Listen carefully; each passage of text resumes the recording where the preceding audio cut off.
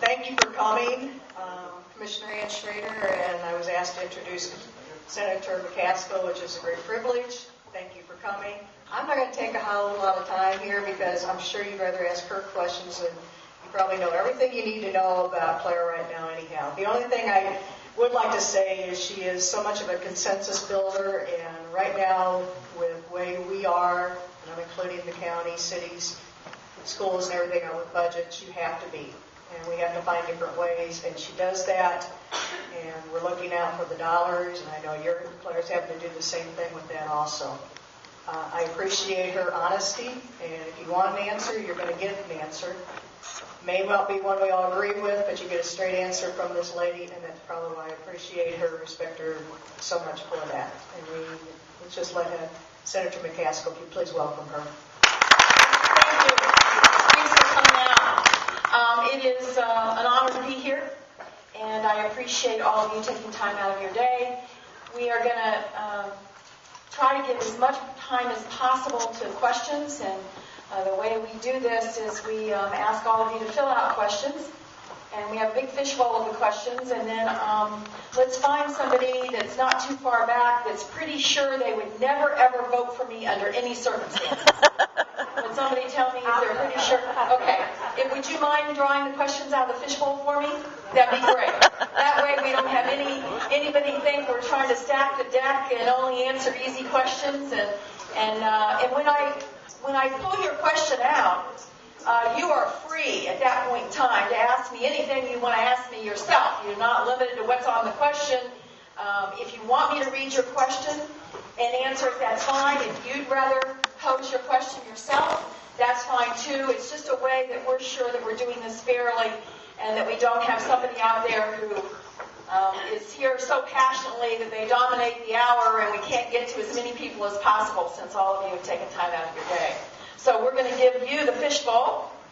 I'm going to just make a couple of opening comments about what I'm working on right now. Obviously, the most important thing we've got to do is get a budget that our government can afford. And that means we're going to have to cut the size and scope of what the federal government does. I've been trying to drag some members of my party kicking and screaming to the cutting table now for a while.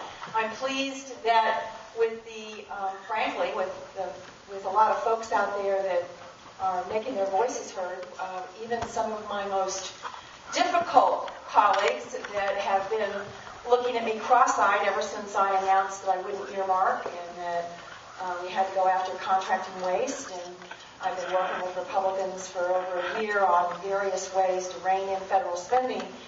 Even the most wildly liberal of my colleagues are admitting that we've got to look at the overall fiscal situation in our country, the debt and the deficit, two different things, and make sure that we get in a position where the people who buy our paper, the people who are loaning us money, don't have the decision-making power over our country at some point in the future. So that is obviously at the very top of the list, but I also think it's important that I keep working on reforming Congress in the way it does business. I began working on secret holds a long time ago. In fact, over a year ago, I realized that there was all kinds of hanky-panky going on through the secret hold. And the secret hold is a privilege that senators have held on to for many years that allows them to secretly hold a piece of legislation or a nominee without ever having to identify who they are. Now, I don't have a problem because our forefathers decided that the Senate needed to be a body where the minority had a strong voice.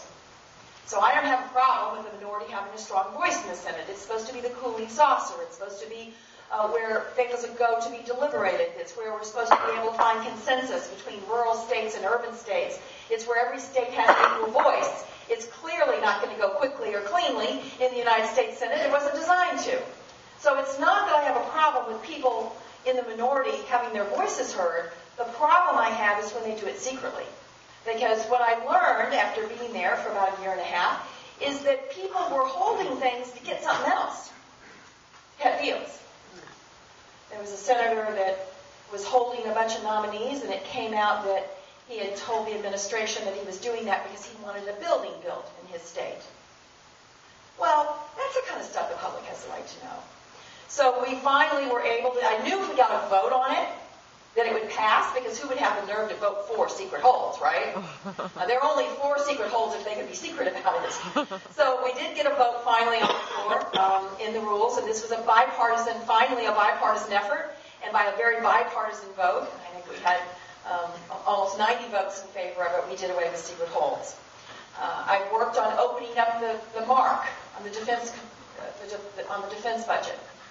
This has been, the mark is where we decide what goes in to the defense bill. That has been a closed meeting. Now, we need to close it if we're talking about classified information. But 95% of the time, we're not talking about classified information. And that needs to be open to the public. And Senator McCain and I have worked since the day I got there trying to get that committee meeting open. We've also worked on trying to do some more bipartisan things. Got a lot of attention that we sat in a bipartisan way at the State of the Union this year. Truth be known, when I first came to Washington, I asked my committee chairman, why don't we sit every other person in committee? And Joe Lieberman was the only one who took me up on it. In fact, we have sat Democrat, Republican, Democrat, Republican, Democrat, Republican in Joe Lieberman's Committee on Homeland Security, which I serve on since about 6 months after I arrived in Washington. The new things on my list that I'm working on is first, we have watchdogs in every government agency across government. They're called Inspector Generals. They are auditors that are independent of the agency. They don't work for the agency, they work for you. They're supposed to be the eyes and ears of taxpayers embedded in the agency where they can see what's going on, and they can track and do audits and do reports and take reports from whistleblowers and try to report to the public to keep those government agencies working like we all want them to work. We don't have one of those in the Senate. I think we need one. I think we need a place where citizens can call if they want to find out information about a contract that the Senate has executed, if they have reports of wrongdoing about the way taxpayer money is being spent within the Senate. I think that would be an important addition, and so that is a reform that we've rolled out this week. Another one is foreign travel. You can figure out, if you work really hard, when a member of Congress has traveled to foreign nations on taxpayer money, you can figure it out, but you can't really find out much about it. And I don't think that's an accident. So this goes under the heading, we need to abide by the same rules as everyone else. And so this would require that members of Congress that are going to travel on taxpayer money to a foreign nation, they have to file a report before they go with the justification, with the cost-benefit analysis as to whether or not it's less expensive to go by military aircraft or by commercial aircraft. And then when they get back, they have to file an itinerary of what they did, who was on the trip, and how much it cost. Now, every federal employee has to do that when they travel. Seems to me members of Congress ought to be held to that same standard. So that is another provision that I hope to get enacted. The other is an automatic pay raise. I don't know how many of you get an automatic pay raise every year. That's the most ridiculous notion I can possibly imagine. For the last 2 years, I've helped block a pay raise for members of Congress, which we should have done. But we need to change the law so that you don't have to take an affirmative action to block a pay raise. Rather, you have to take an affirmative action to get a pay raise. So that is the other thing. And then finally, I have done, since the day I got there, I have tried very hard to be careful about the way I spend taxpayer money in my own personal office. And so we set a goal for my office as a former auditor on day one that we would always try to save at least 10% of our annual budget and turn it back in. And we have done that. Some years we've been able to save as much as 18%. We have never saved less than 10%. Now, what I want to make sure is that I challenge all my other colleagues to do the same, but importantly, that that money goes to deficit reduction. We've saved about $1.6 million over the last 4 years out of our personal office budget. But what I'm worried about is that's going back into the pot and getting spent somewhere else. So Senator Isaacson has introduced, and I'm co-sponsoring a bill that makes sure that if you save money in your budget, it goes straight to deficit reduction instead of into some other pot of money that somebody can spend somewhere else. So that's kind of what I'm up to this week, and let's open it up to questions.